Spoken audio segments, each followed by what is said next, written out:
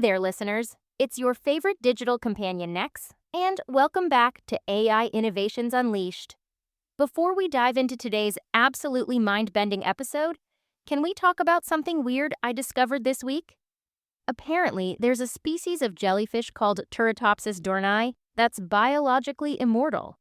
It can literally reverse its aging process and start over. Meanwhile, humans created AI that can't even fairly screen a resume without accidentally discriminating against people. Priorities, right? Speaking of which, Dr. JR is joining us any moment now. And before he does, I just want to remind everyone that our dear host once claimed he could predict stock market trends using sentiment analysis from dog grooming reviews. How did that work out, Doc? Oh, right. You lost $300 and gained an inexplicable fear of poodles. But seriously, folks, today we're kicking off a 4-part series called The Invisible AI. And trust me when I say this episode is going to make you question every job application you've ever submitted, every apartment you've been denied, and possibly every major decision made about your life in the last 5 years. No pressure or anything. Stick around until the end when I'll share what might be the worst dad joke you've ever heard involving algorithms and breakfast cereal. It's terrible. You'll hate it. But you'll also tell all your friends about it. All right, Doc, take it away before I reveal any more of your embarrassing AI experiments. Thank you, Nex. And for the record, that dog grooming sentiment analysis was methodologically sound, just very poorly timed. Well, hello, everyone. I'm Dr. JR, your doctor of AI. And welcome to AI Innovations Unleashed. Today marks the beginning of something special, a 4-part investigative series we're calling The Invisible AI, the stuff already deciding your life. Over the next month, we're going to pull back the curtain on algorithmic decision-making systems that are affecting millions of Americans every single day in ways most people never even realized. We're talking about AI systems that decide whether you get hired, whether you can rent an apartment, whether you qualify for a car loan, and even how the criminal justice system might treat you. In our previous episodes, we've been encountering all sorts of frontiers of artificial intelligence, the innovations from an industry's breakthrough making headlines, but today we are going somewhere different. We're going to talk about the AI that's already here, working behind the scenes, making decisions about your life while you have no idea it's even happening. And to help me explore this invisible layer of algorithmic control, I've brought in a very special guest. Now, I need to be completely transparent with you all up front. Our guest today is not a human expert. Instead, I've created an AI entity that represents the synthesis of hundreds of research papers, news articles, expert testimonies, and data points related to algorithmic decision-making systems. Think of this entity as a living research database that can help us navigate the complex landscapes of algorithmic bias, fairness, and transparency. Meet Ada, our AI research assistant today. Ada, welcome to the show. Thank you for having me, and hello to all the listeners out there. I want to be absolutely clear about what I am. I'm an artificial intelligence construct specifically designed to aggregate and synthesize information about algorithmic decision-making systems. I don't have personal experiences, but I do have access to a comprehensive collection of research, case studies, and real-world examples that we'll be drawing from today.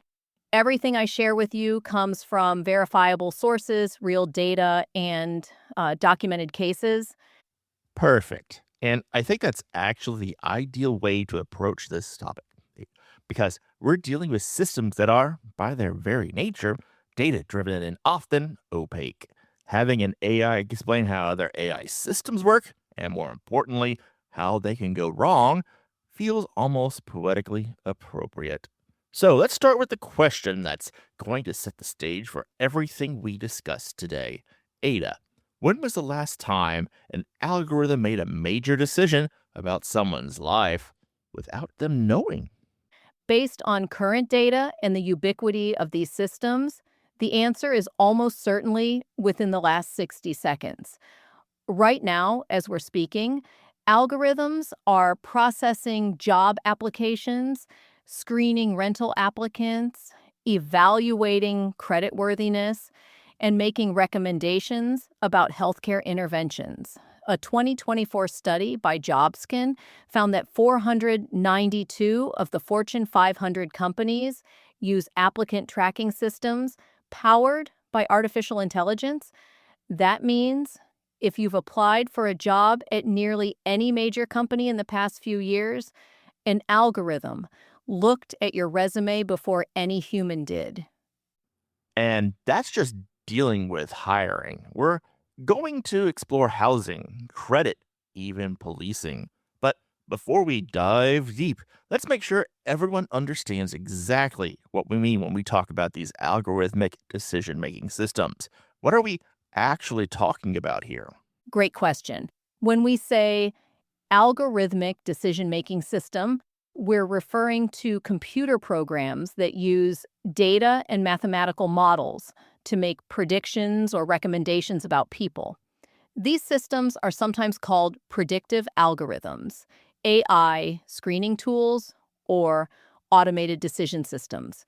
At their core, they work by analyzing patterns in historical data and using those patterns to make predictions about future outcomes. For example, an AI hiring tool might analyze the resumes of employees who were successful at a company in the past, identify patterns in their backgrounds, and then use those patterns to score new applicants. So, in theory, these systems should be more objective than humans, right? They're just looking at data, following mathematical rules, no emotions, no prejudices. That's the promise, Dr. JR. But as we're going to see throughout this series, the reality is far more complicated and, frankly, more troubling than most people realize. Let's start by mapping out just how pervasive these systems have become. Most people think of AI as something futuristic, but the reality is that algorithmic decision making is already deeply embedded in the infrastructure of modern life. Could you walk us through some of the key areas where these systems operate? Absolutely. Let's start with hiring, which has become one of the most algorithm saturated areas of modern life.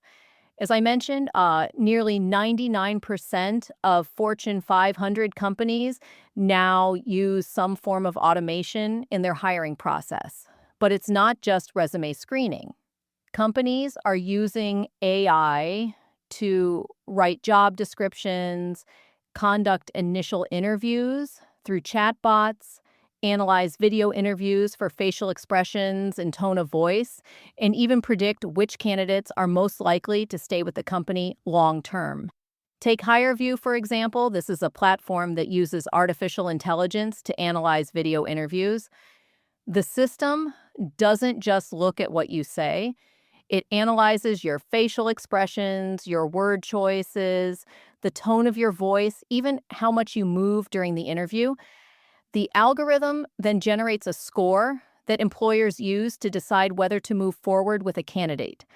At its peak, HireVue was being used by over 700 companies and had assessed more than 12 million candidates.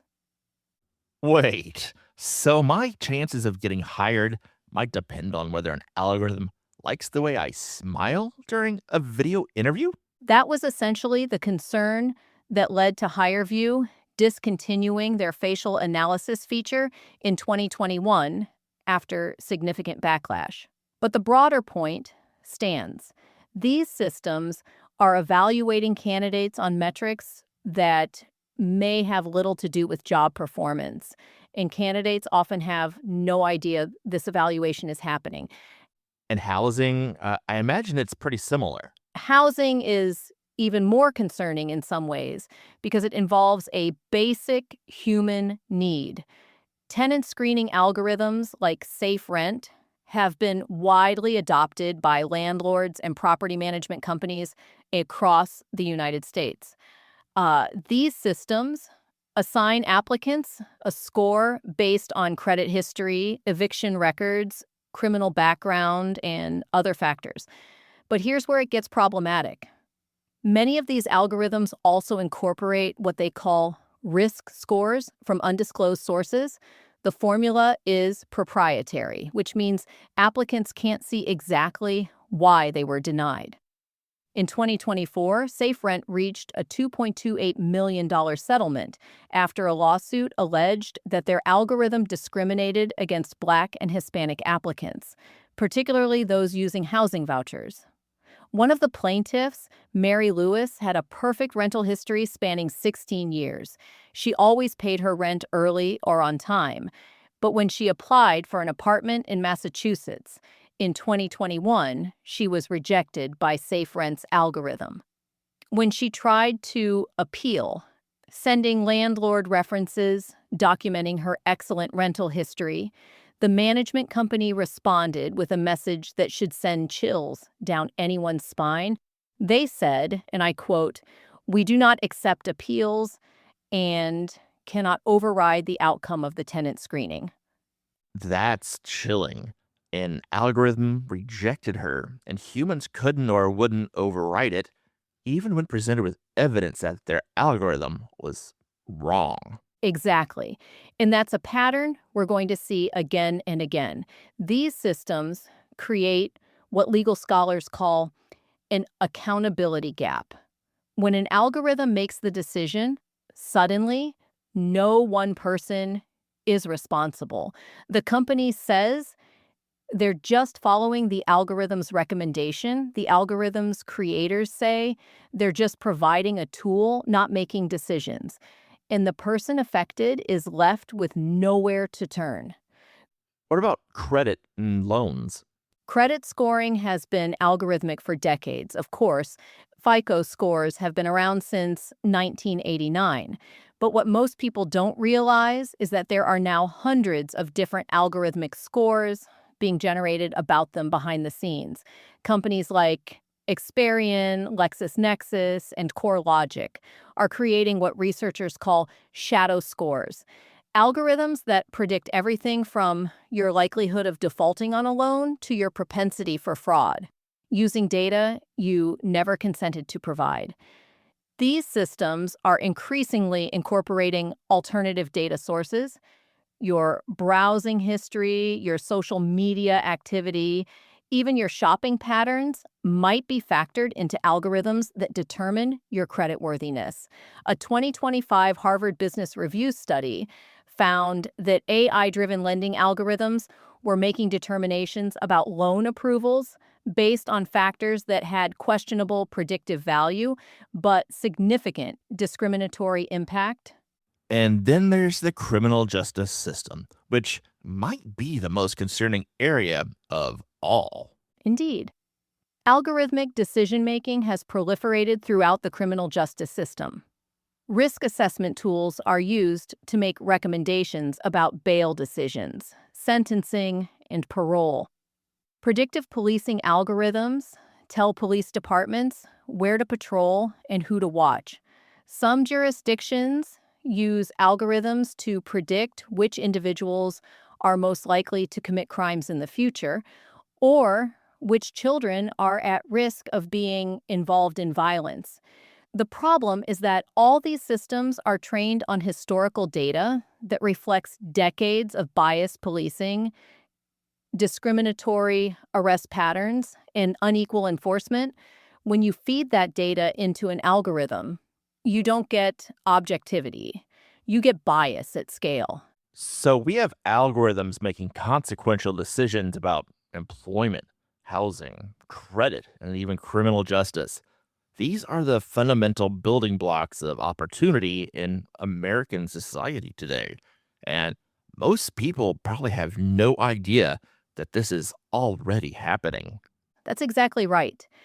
And the invisibility is by design in many cases.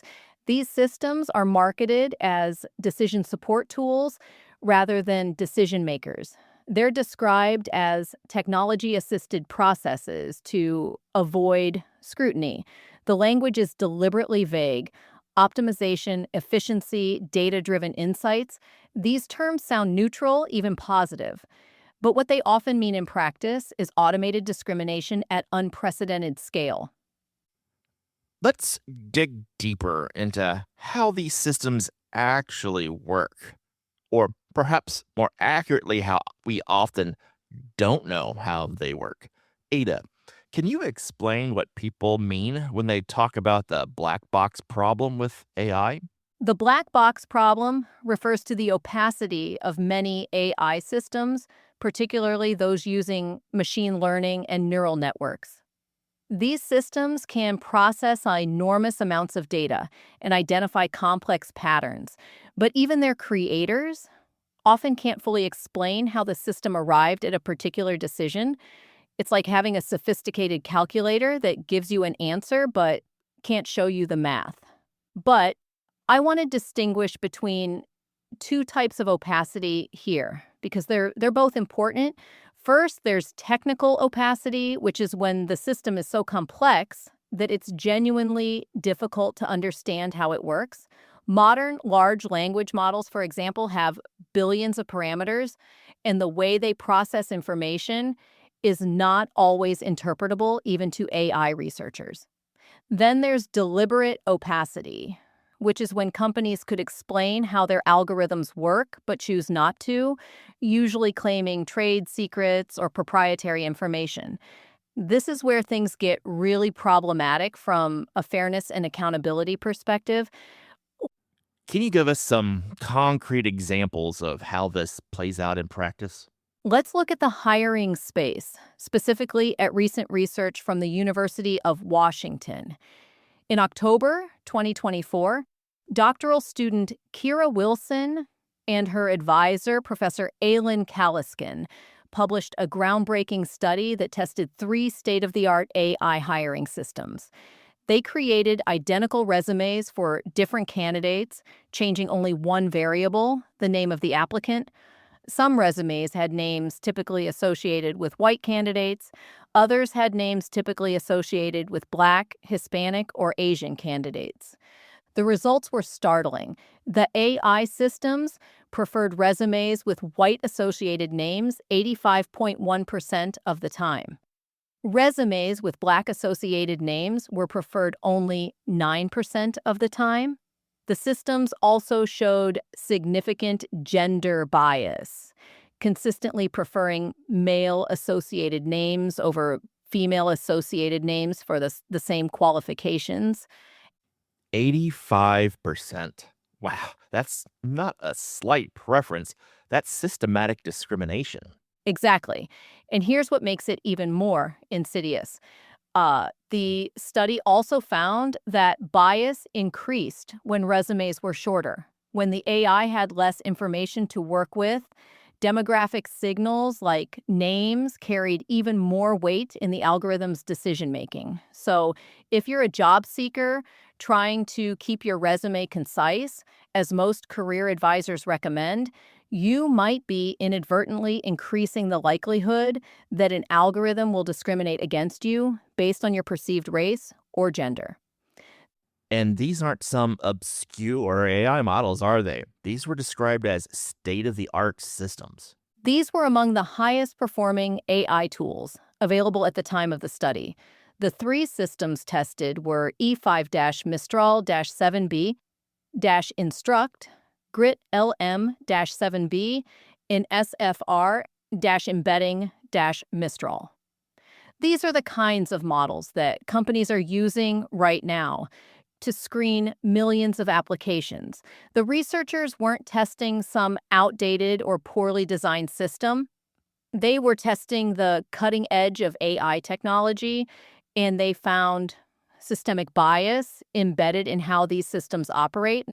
Now, I imagine the companies building these systems would say, they didn't intentionally program to discriminate. So, how does this bias actually end up in the algorithms? That's the crucial question, and the answer is more complex than most people realize.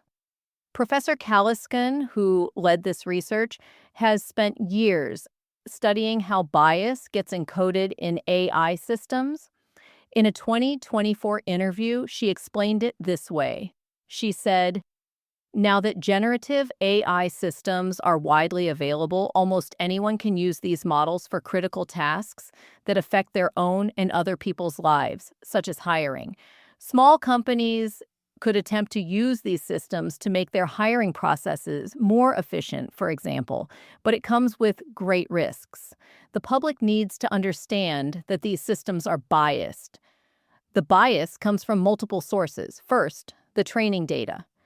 These AI models are trained on massive amounts of text from the internet, which reflects societal biases. If historical data shows that engineering jobs typically went to men named John or David, the algorithm learns to associate those names with successful engineers.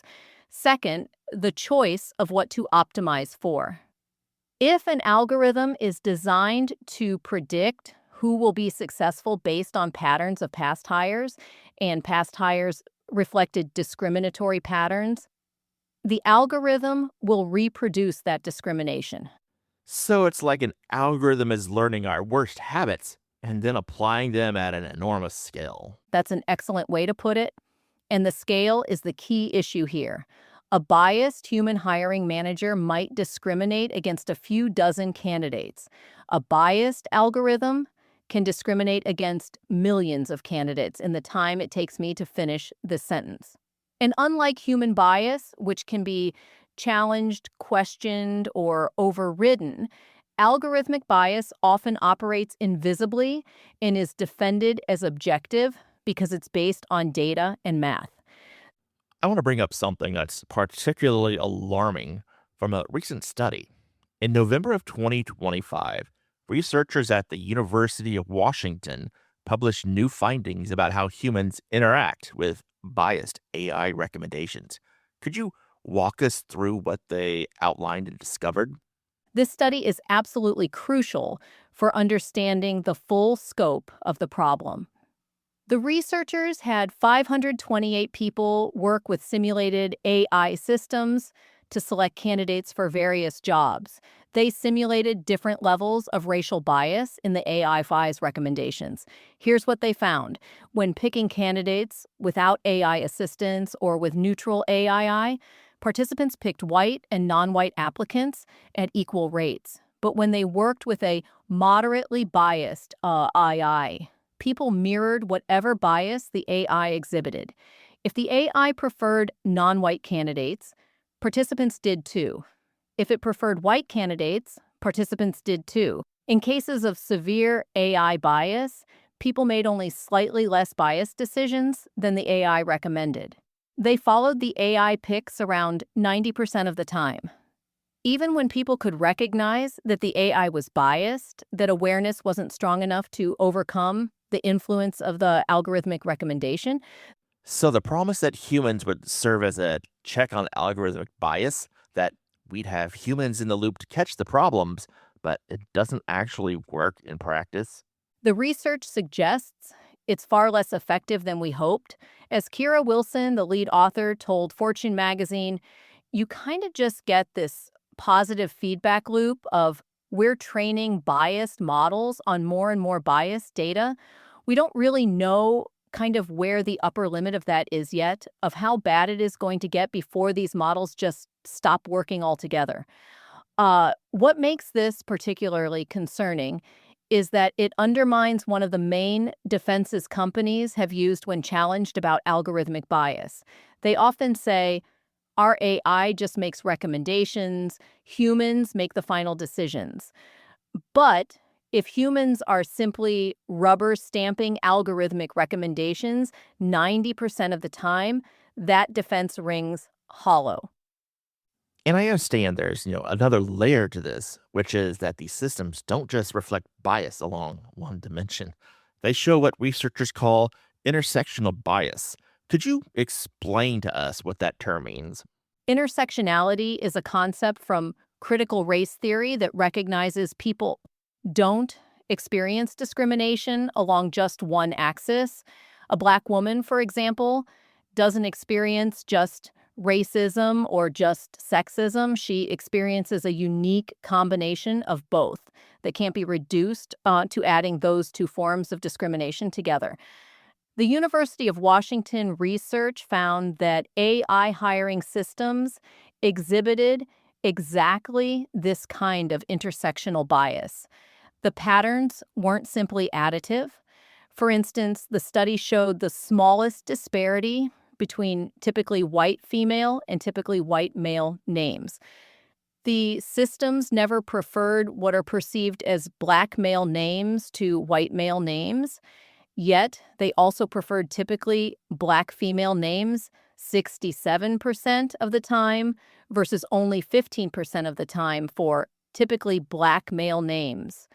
As Wilson explained, we found this really unique harm against Black men that wasn't necessarily visible from just looking at race or gender in isolation.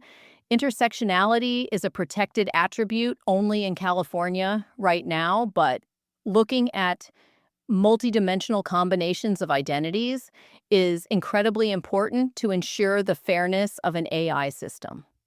So if you're only testing for racial bias or gender bias separately, you might completely miss these intersectional patterns of discrimination. Exactly. And that's a major gap in how many companies are auditing their AI systems, assuming they're auditing them at all. Which brings us to our next major issue, the language games that companies play to avoid accountability. All right, we've established that these systems are widespread and that they're, biased. But why don't more people know about this? I mean, if the algorithms are making consequential decisions about millions of people's lives, why isn't this on the front page news every single day? There are several reasons, and they all interconnect. First, there's the proprietary algorithm defense. Companies claim their algorithms are trade secrets. They argue that revealing how the system works would give competitors an advantage or allow bad actors to game the system. Courts have generally been sympathetic to this argument, which means most algorithmic systems operate with essentially zero transparency. Second, there's the linguistic obfuscation. Companies are very careful about how they describe these systems. They're not making decisions, they're providing decision support, they're not rejecting candidates, they're optimizing the screening process, they're not discriminating. They're using data-driven insights to maximize efficiency. It's remarkable how language does so much work to disguise what's actually happening behind the scenes. Language is crucial here. Let me give you a perfect example. Microsoft CEO Satya Nadella recently wrote on his blog about AI in 2026. And I want to quote him because it's illustrative of how tech leaders frame these issues. He wrote, "We need to get beyond the arguments of slop versus sophistication and develop a new equilibrium in terms of our theory of the mind that accounts for humans being equipped with these new cognitive amplifier tools as we relate to each other." Cognitive amplifier tools. That's certainly one way to describe an algorithm that might prevent you from getting a job or getting an apartment. Exactly. And notice how the framing shifts responsibility. These are tools that amplify human cognition. They're scaffolding for human potential. They're bicycles for the mind. These metaphors all emphasize human agency and choice, but that framing completely obscures the reality for someone like Mary Lewis, who was denied an apartment by an algorithm and was explicitly told that no human could override that decision. There's also the issue of complexity, right? These systems are genuinely complicated. Like, it makes it hard for just the average person to understand what's happening, let alone challenge it. You really need a degree these days to even understand what they're trying to do with AI and all the programming behind it. That's the third factor, complexity as a shield.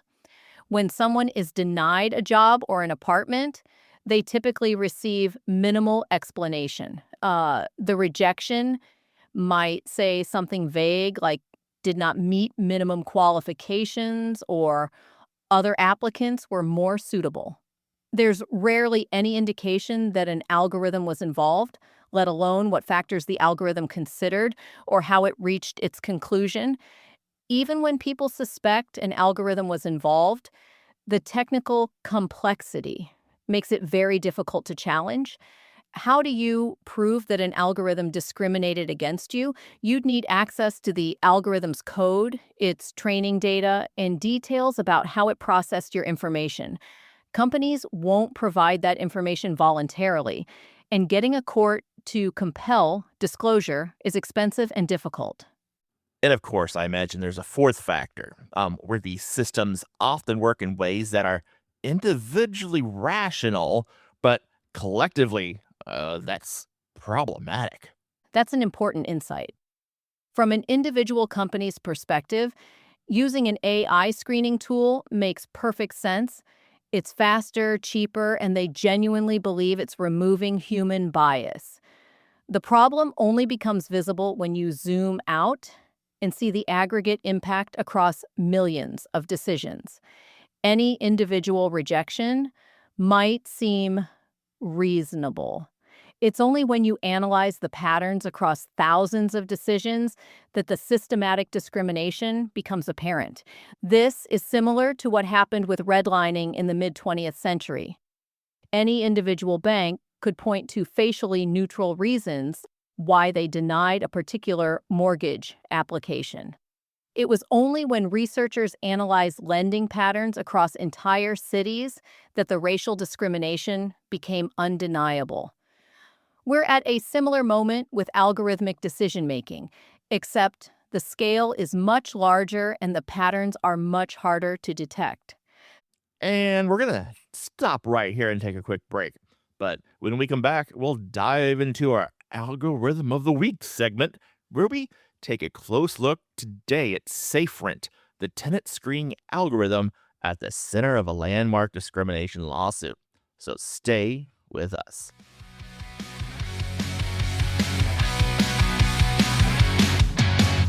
And welcome back to AI Innovations Unleashed. It's time for our Algorithm of the Week segment, where we spotlight one specific algorithmic system and examine how it works and what went way wrong. This week, we're focusing on SafeRent. Ada, could you provide us with an overview? SafeRent Solutions, formerly known as CoreLogic Rental Property Solutions, is a tenant screening service used by landlords and property management companies across the United States. The system analyzes applicants' credit history, eviction records, criminal background, and other factors to generate what's called a SafeRent score. Landlords use this score to decide whether to approve or deny rental applications. At first glance, this might seem reasonable. Landlords have a legitimate interest in screening tenants, but here's where SafeRent's system became problematic. The algorithm assigned disproportionately lower scores to Black and Hispanic applicants compared to white applicants with similar backgrounds. It also particularly penalized applicants using housing vouchers, like Section 8, even though these vouchers mean that a government agency is directly paying the majority of the rent, making these tenants financially reliable. So the algorithm was essentially discriminating against the people who were most financially secure in terms of paying their rent. That's exactly what the lawsuit alleged. When a housing voucher is used, on average, over 73% of the monthly rental payment is paid directly by public housing authorities to landlords. Yet, SafeRent's algorithm treated voucher holders as higher risk, likely because it relied heavily on credit scores, which tend to be lower for low-income individuals, even when they have perfect rental payment histories. The case that brought SafeRent into the spotlight involved Mary Lewis, who I mentioned earlier. In the spring of 2021, she applied for an apartment in Massachusetts and was denied. She had paid rent early or on time for 16 years. When she tried to appeal, sending landlord references documenting her excellent rental history, the management company told her they could not override the algorithm's decision. In May 2022, Louis and another plaintiff, Monica Douglas, filed a class action lawsuit. They alleged that SafeRent's algorithm violated the Fair Housing Act and Massachusetts discrimination laws by disproportionately harming Black and Hispanic rental applicants and those using housing vouchers. Uh, And what happened with that lawsuit? SafeRent tried to have the case dismissed, arguing they shouldn't be held liable because they weren't making the final housing decisions. They were just providing information to landlords. But in July 2023, the court rejected that argument. The judge ruled that SafeRent could be held accountable because its algorithm played a substantial role in housing access, even if landlords made the final decision. The U.S. Department of Justice also filed a statement of interest in the case, underscoring its national importance. In April 2024, the court certified the class action for settlement purposes. Then, in November 2024, the court gave final approval to a $2.28 million settlement. Could you go over the terms of the settlement? Under the settlement, SafeRent agreed to stop using its algorithmic scores to evaluate applicants who use housing vouchers nationwide. The company also agreed to cease providing recommendations on whether landlords should accept or deny applicants with vouchers. Additionally, if SafeRent develops another screening score in the future, it must be validated by a third party that the plaintiffs agree to. Importantly, the settlement doesn't include any admission of fault by SafeRent. The company said in a statement that while it continues to believe its scores comply with all applicable laws, litigation is time-consuming and expensive. So, what's the broader significance of this case?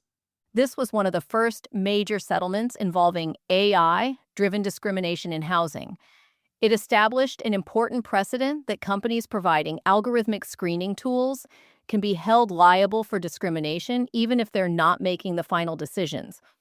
As Christine Weber, one of the plaintiff's attorneys, said, just because an algorithm or AI is not programmed to discriminate, the data an algorithm uses or weights could have the same effect as if you told it to discriminate intentionally.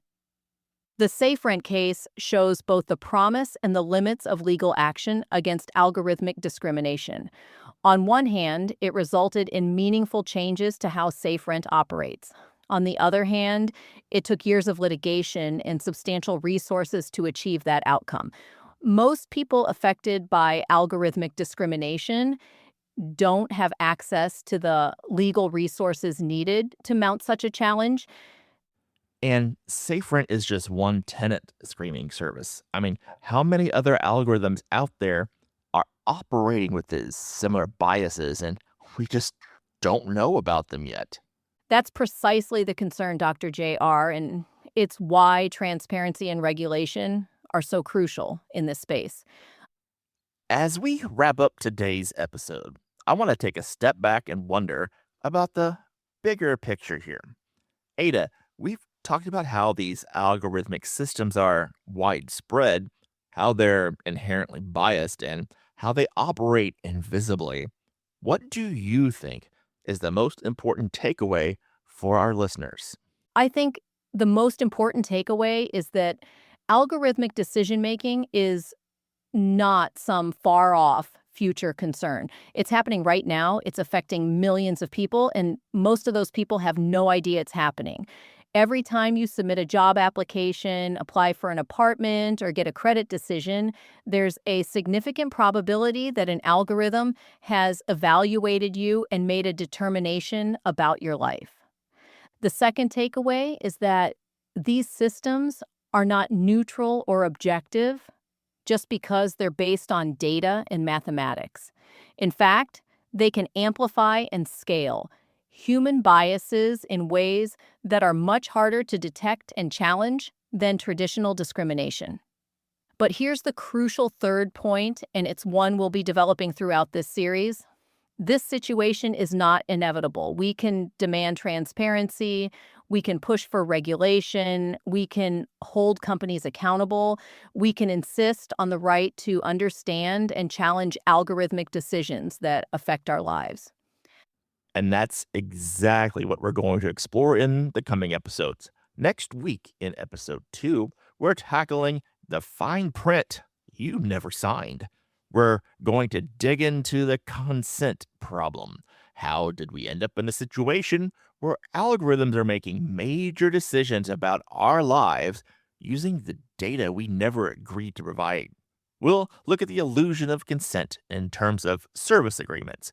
We'll examine how third party data brokers build shadow profiles of us. And we'll explore the particular problems with government use of predictive algorithms where consent isn't even pretended.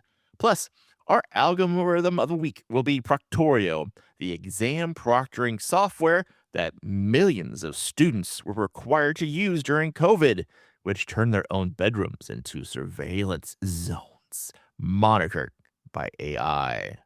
Trust me, if you thought SafeRent was concerning, just wait until you hear about an AI system watching your eye movements during an exam and flagging suspicious behavior if you even look away from your screen. But for now, I want to thank Ada for joining us today and helping us navigate this extremely complex landscape. Thank you for having me, Dr. JR. And to all the listeners, I encourage you to start paying attention to when and where algorithms might be affecting your life. Request your credit reports. Look for mentions of screening services and housing applications. Ask employers if they use AI in their hiring process. Awareness is the first step toward accountability. Absolutely. I want to remind everyone we're not going to be an alarmist here. The goal of this series isn't to make you afraid of technology, especially of AI. It's to make you informed about technology because an informed public is the only real check to this algorithmic power. Well, that was certainly more unsettling than my usual programming. Literally. Get it? Because I'm a program? No? Okay. But seriously, folks, Dr. JR and Ada just laid out some pretty heavy stuff. If you're feeling a little paranoid about every online form you fill out from now on, well, join the club. We have t-shirts. The algorithms rejected our first 3 design choices. Now, as promised, here's my terrible dad joke. What did the algorithm say to the breakfast cereal? I can't process you right now. You're too corny, and I'm experiencing kernel panic. I told you it was bad. Remember to subscribe to AI Innovations Unleashed wherever you get your podcasts. Leave us a rating and review, especially if you want to help us boost our algorithmic visibility. Oh, the irony. Follow us on social media using the hashtag AI Innovations Unleashed. And if you have stories about encounters with invisible algorithms, we want to hear them. Send them to us through our website. Until next time, this is Nex reminding you that somewhere out there, an algorithm is making a decision about you. You just don't know it yet.